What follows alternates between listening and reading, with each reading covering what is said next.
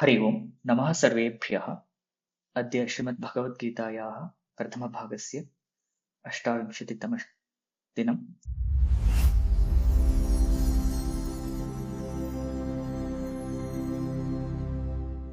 त्रीन् श्लोकान् वयं दृष्टवन्तः। अथ चैनम् इत्यस्मादारभ्य तत्र का परिदेवना इत्यावत्पर्यन्तम्। तत्र विषयः अयमेव। अत्र अनात्मदृष्ट्या तत्र शोकः न करणीयः इत्यर्थं तत्र इमे त्रयः श्लोकाः उक्ताः भगवता। अत्र किम् उच्यते, यद्यपि भवान् यदि अत्र अनात्मदृष्ट्या तेषां मरणं भवति इति यदि चिन्त्यते भवता, तत्रापि शोकः न करणीयः। यतः तानि शरीराणि सर्वाणि अपि अनित्यानि सन्ति। यदा जातस्य हि ध्रुवो मृत्युः ध्रुवं जन्म मृतस्य च इत्यनेन तज्जायते म्रियते च तत् तात्कालिकमेव भवति। अतः तत्र शोकः न करणीयः इति तत्र तात्पर्यम्। अतः अव्यक्तादीनि व्यक्तमध्यानि अव्यक्तनिधनानि इमानि भूतानि। अतः तत्र का परिदेवना इत्युक्ते इमानि भूतानि आदौ अव्यक्तानि आसन्, अधुना व्यक्तानि सन्ति, पुनः अग्रे अव्यक्तानि भविष्यन्ति। अतः मध्यकाले एव तस्य व्यक्तता दृश्यते। अतः तत्र का परिदेवना, अत्र को वा प्रलापः इति व्याख्याने। अस्तु, एतावत्पर्यन्तम् अस्माभिः दृष्टम्। द्वितीयाध्यायस्य 29तमः श्लोकः। आश्चर्यवत् पश्यति कश्चिदेनम् आश्चर्यवत् वदति तथैव चान्यः आश्चर्यवच्चैनमन्यः शृणोति श्रुत्वाप्येनं वेद न चैव कश्चित्। अत्र पदच्छेदः। आश्चर्यवत् पश्यति कश्चित् एनम् आश्चर्यवत् वदति तथा च अन्यः आश्चर्यवत् च एनम् अन्यः शृणोति श्रुत्वा अपि एनं वेद न च एव कश्चित्। अत्र पदार्थम् अथवा पदपरिचयं पश्यामश्चेत् आश्चर्यवत् इति त्रिवारम् अत्र वर्तते। अत्र आश्चर्यवत् इत्युक्ते आश्चर्यम् इव इति इवार्थे तत्र वत् प्रत्ययः इव तद्वत् इति वदामः, तथा अत्र वत् इति इवार्थे प्रयुज्यते। अतः आश्चर्यवत् इत्युक्ते आश्चर्यम् इव इति अर्थः। अत्र आश्चर्यशब्दस्य अर्थः अपूर्वम्, अद्भुतम् अथवा अदृष्टम् इत्यस्मिन् अर्थे अत्र आश्चर्यशब्दः भवति। इत्युक्ते अकस्मात् आगतम्, अकस्मात् उद्भूतम् इत्यस्मिन् अर्थे आश्चर्यम् इति शब्दः। तद्वत् इत्यस्मिन् अर्थे तत्र आश्चर्यवत् इति शब्दः सिद्ध्यति। पुनः पश्यति, अनन्तरं कश्चित् इत्युक्ते कश्चन जनः, सम्वन् इति अर्थः। एनम्, एतं नाम अत्र एतद् पुनः आत्मनः विशेषणं भवति। पुनः आश्चर्यवत् वदति तथा च अन्यः आश्चर्यवत् च एनम् अन्यः शृणोति श्रुत्वा अपि एनं वेद नाम जानाति इति वेदविद् धातुः, वेद न च एव कश्चित्। अस्तु, अत्र सन्धिं पश्यामश्चेत् आश्चर्यवत् पश्यति कश्चिदेनं तत्र जष्टुवसन्धिः। पुनः आश्चर्यवत् वदति तत्रापि जष्टुवसन्धिः, तथैव इत्यत्र वृद्धिसन्धिः। चान्यः तत्र सवर्णदीर्घसन्धिः। आश्चर्यवच्छ इत्यत्र श्चुत्वसन्धिः। चैनम् अन्यः तत्र चैनम् इत्यत्र वृद्धिसन्धिः। अन्यः शृणोति श्रुत्वाप्येनम्, अत्र श्रुत्वापि तत्र सवर्णदीर्घसन्धिः। अप्येनं तत्र यणादेशसन्धिः। एनं वेद न चैव पुनः वृद्धिसन्धिः। अनन्तरं कश्चित्। अस्तु, पुनः अत्र अनुस्वारसन्धिः दृश्यते, एनं वेद इत्यत्र। अस्तु, अस्तु, इदानीम् एकवारम् अन्वयं पश्यामः। अत्र अन्वये कश्चित् कश्चित् जनः एनम् आत्मानम् आश्चर्यवत् पश्यति। अत्र आत्मा आश्चर्यः वर्तते इति सः पश्यति, तथा अर्थः, सरलः अर्थः। पुनः तथा च तथा एव अन्यः च आश्चर्यवत् वदति एनम् आत्मानम्। अत्र अस्तु, आश्चर्यवत्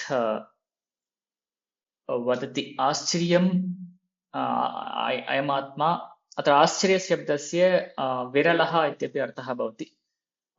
अत्र प्रसङ्गे विरलः, दुर्ज्ञेयः,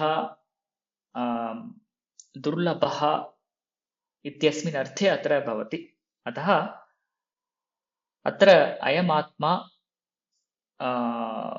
दुर्ज्ञेयम् अथवा दुर्ज्ञेयः अस्ति अथवा विरलः अस्ति इति सः कश्चन पश्यति। तथैव अन्यः दुर्लभः अस्ति इति सः अन्यः वदति।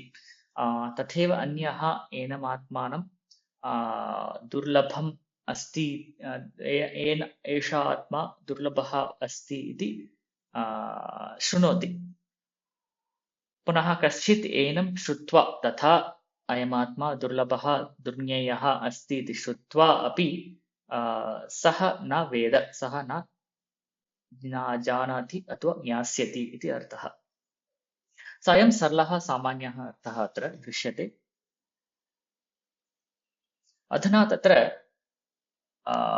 विषयं पश्यामश्चेत् तत्र आश्चर्यशब्देन तत्र दुर्लभता अथवा विरलता बोध्यते। वस्तुतः अत्र श्लोकस्य विषयम् एकवारं पश्यामः। अत्र अस्मिन् श्लोके अत्र वृत्तं परिवर्तितं वर्तते। अत्र त्रिष्टुप् छन्दः विद्यते। पूर्वतनश्लोके तत्र तावत्पर्यन्तं तत्र अनुष्टुप् छन्दः, अत्र छन्दः परिवर्तनं जातं। तद् छन्दपरिवर्तनं तु अत्र तस्य अर्थः द्वयम् अस्ति वस्तुतः। एकः अर्थः अत्र पूर्वतनविषयात् अत्र विषयः भिद्यते इति सूचनार्थम् अत्र वृत्तपरिवर्तनं कृतम्। इत्युक्ते पूर्वम् अनात्मदृष्ट्या शोकः न करणीयः इति 3 श्लोकाः। तस्मात् अत्र विषयः भिन्नः वर्तते इति सूचयितुं तत्र वृत्तपरिवर्तनं कृतं प्रथमं। द्वितीयं तु अत्र यत्र यत्र त्रिष्टुप् छन्दः अत्र विद्यते शास्त्रे, गीताशास्त्रे, तत्र सर्वत्र अपि तत्र किम् उक्तः विषयः विशिष्टः वर्तते इत्यपि अस्माभिः ज्ञेयम्। अतः just to give some emphasis, the chandas generally changes here. So तथा अत्र किम् उच्यते, अत्र कः विषयः वर्तते इति पश्यामश्चेत् अत्र आत्मज्ञानमहिमा उच्यते। अत्र आत्मज्ञानं कीदृशं वर्तते अथवा तस्य ज्ञानस्य महिमा का वर्तते इति अत्र उच्यते। अतः विषयद्वयं, प्रथमं विषयपरिवर्तनम् इति एकं, द्वितीयं तु तत्र आत्मज्ञानमहिमा अत्र उच्यते इति कारणेन च तत्र वृत्तपरिवर्तनं जातम्। अत्र आत्मज्ञानमहिमा इति उच्यते चेत् तत्र महिमा कथम् उच्यते इति पश्यामः चेत् तत्र आत्मज्ञानस्य अथवा आत्मनः दुर्ज्ञेयत्वं बोधयित्वा दुर्बोधत्वं च बोधयित्वा अस्य ज्ञानस्य विरलतामपि सूचयित्वा तत्र आत्मनः महिमा अत्र उच्यते इति ज्ञेयम्। अत्र किम् उच्यते, प्रथमं कश्चिदेनम् आश्चर्यवत् पश्यति इति चेत् तत्र कश्चन जनः अयम् इत्युक्ते आश्चर्यमिव एनम् आत्मानं पश्यति। अत्र पश्यति इत्यस्य अर्थः वस्तुतः अत्र दृष्टातोः दर्शनार्थे अयम् अर्थः, अत्र अर्थः नास्ति। अत्र तु ज्ञानार्थे एव दृष्टातुः प्रयुक्तः। अतः पश्यति इत्यत्र जानाति इति ज्ञातव्यम्। अतः कश्चित् आश्चर्यमिव जानाति इत्युक्ते कश्चन छात्रः आगच्छति, सः कथं तावत्पर्यन्तं तेन किं कृतं, यद्यद् बहिः अस्ति इत्युक्ते क्रिया कर्माणि एव सः दृष्टवान्। इत्युक्ते सः कः इति सः कदापि न चिन्तितवान्। एतावत्पर्यन्तं बहिः यद्यद् अस्ति तदेव दृष्टवान्, तेन सह एव सः व्यवहारं कृतवान्। अधुना अत्र शास्त्रे किम् उच्यते, सः कः इति अत्र उच्यते। वस्तुतः अत्र वेदान्तशास्त्रस्य विषयः आत्मा इति उच्यते। अत्र आत्मा नाम no need to think about soul or anything. आत्मा नाम स्वयम् इति उच्यते। इत्युक्ते your own self is studied in the shastram. So तदेव आश्चर्यं भवति अत्र। सो अत्र किम् उच्यते, एतावत्पर्यन्तं बहिष्टात् विद्यमानैः वस्तुभिः तत्र व्यवहारः तेन कृतः, परन्तु अधुना अत्र सः कः इति, अहं कः इति सः ज्ञास्यति, तदेव अत्र आश्चर्यम् इति अत्र उच्यते। अतः कश्चन आश्चर्यवत् एनम् आत्मानम् आश्चर्यमिव एनम् आत्मानं जानाति। अयम् आत्मा आश्चर्यमेव वर्तते इति सः जानाति। अत्र विरलता कुत्र वर्तते इति चेत्, अत्र अस्य एतत् जानाति, आश्चर्यवत् जानाति, आश्चर्यवत् पश्यति इति चेत् अत्र तस्य ज्ञानमेव आश्चर्यवत् भवति प्रथमं। द्वितीयम्, अत्र आश्चर्यवत् इत्येतत् कश्चित् इत्यनेन अपि अन्वयः, तस्य अन्वयः शक्यते। अतः आश्चर्यवत् कश्चित् पश्यति तन्नाम यः एतम् आत्मानं जानाति सः अपि विरलः। अतः अयम् आत्मा यः जानाति सः अपि विरलः। तेन यद् ज्ञायते आत्मज्ञानं तदपि विरलम् इति तत्र अर्थः। पुनः तथा एव अन्यः च आश्चर्यवत् वदति।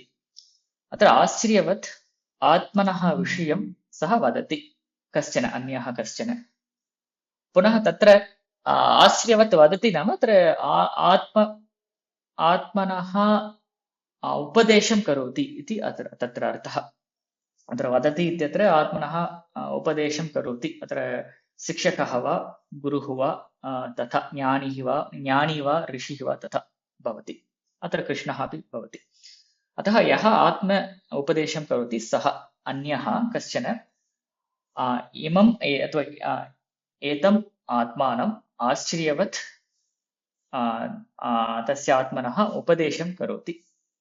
अत्रापि विरलता का दृश्यते इति चेत्,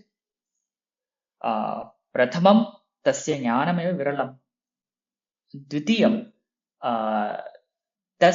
तस्य ज्ञानस्य उपदेशकः अपि विरलः। तस्य ज्ञानस्य उपदेशः अपि विरलः इति अत्र उभयता उच्यते। अत्र आश्चर्यवत् पश्यति इत्यत्र उपदेशः, अस्य ज्ञानस्य उपदेशः विरलः। आश्चर्यवत् अन्यः कश्चन वदति, अत्र अन्यः इत्यत्र अन्वयं कुर्मः चेत् उपदेशकः अपि विरलः इति अत्र बोध्यते।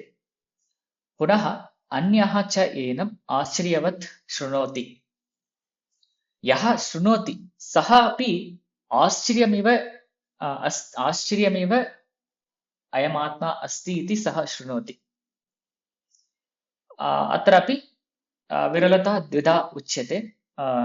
यः अत्र श्रवणमपि उपदेशक, यद्यपि उपदेशकः लभ्यते, तस्य उपदेशं यः शृणोति सः अपि विरलः एव, तस्य श्रवणमपि विरलमेव इति अत्र भावः।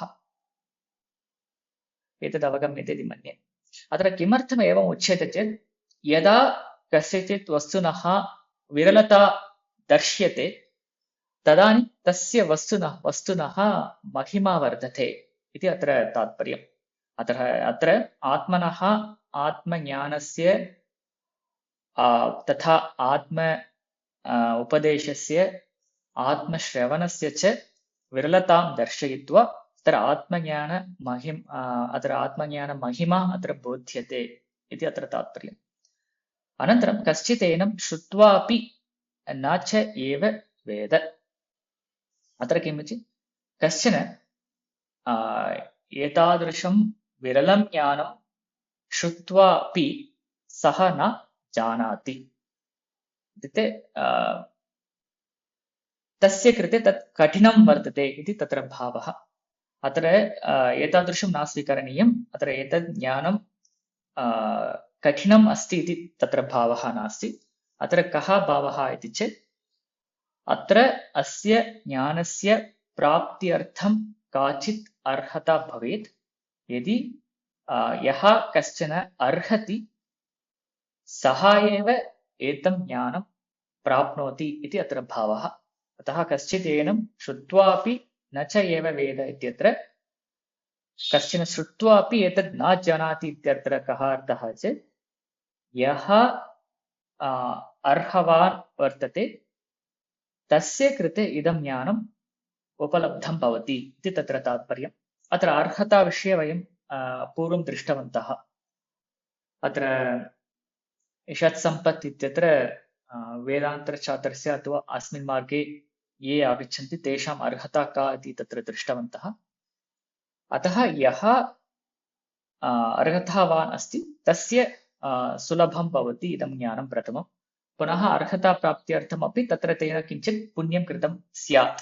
तादृशजनैः एव इदं ज्ञानं श्रोतुं वा अथवा द्रष्टुं वा अवगन्तुं वा प्राप्तुं वा शक्यते इति तत्र तात्पर्यम्। अतः इदं ज्ञानम् उत्तमतरं वर्तते। अतः एतत् ज्ञानश्रवणमेव तत्र दुर्लभम् इति अत्र बोधः। अस्तु, अत्र एकवारं व्याख्यां पश्यामः चेत् आश्चर्यवत्, आश्चर्यम् इति आश्चर्यं नाम अदृष्टपूर्वं, पूर्वं न दृष्टं, कुतश्चित् झटिति आगतम् इति अर्थः। अद्भुतं, पुनः अकस्मात् दृश्यमानम्, अकस्मात् आगतम् इति अर्थः। अनन्तरं तेन तुल्यम् आश्चर्यवत्, आश्चर्यम् इव इत्यस्मिन् अर्थे आश्चर्यवत्, आश्चर्यम् इव इति अर्थः। एनम् आत्मानं पश्यति, आश्चर्यमिव एनम् आत्मानं पश्यति कश्चित्। आश्चर्यवत् एनं वदति तथैव च अन्यः, आश्चर्यवच्च एनम् अन्यः शृणोति। श्रुत्वा दृष्ट्वा उक्त्वापि एनम् आत्मानं वेद न वेद कश्चित्, वेद न चैव कश्चित्। श्रुत्वा दृष्ट्वा उक्त्वापि एनं न वेद इति तत्र तात्पर्यम्। पुनः अथवा यो अयम् आत्मानं पश्यति सः आश्चर्यतुल्यः, यो वा वदति यश्च शृणोति सः अनेकसहस्रेषु कश्चिदेव भवति। अतः सर्वे न कुर्वन्ति। अतः अत्र विरलता उभय, अत्र there are 6 things told as very rare, तदत्र उच्यते। अस्य श्रवणम्, अस्य श्रावकः, अस्य उपदेशः, अस्य उपदेशकः, पुनः अस्य ज्ञाता, पुनः अस्य ज्ञानम्। एतद् षडपि विरलं वर्तते इति अत्र तात्पर्यम्। पुनः अतः दुर्बोधः आत्मा इति अभिप्रायः। अत्र आत्मज्ञानं दुर्लभं, दुर्बोधं वर्तते, कष्टकरं वर्तते, क्लिष्टं वर्तते इति तत्र भावः। अथ इदानीं प्रकरणार्थम् उपसंहरन् ब्रूते। अस्तु, अग्रिमश्लोकस्य पूर्वपट्टिका इदम्। Thank you all for watching this video online. If you have any questions or feedback, you can post them in the comment section below. If you are interested, you can also join these live sessions using the link given in the description. If you like, you can also share this video with others and subscribe to this channel. धन्यवादः। वयं पुनः मिलिष्यामः।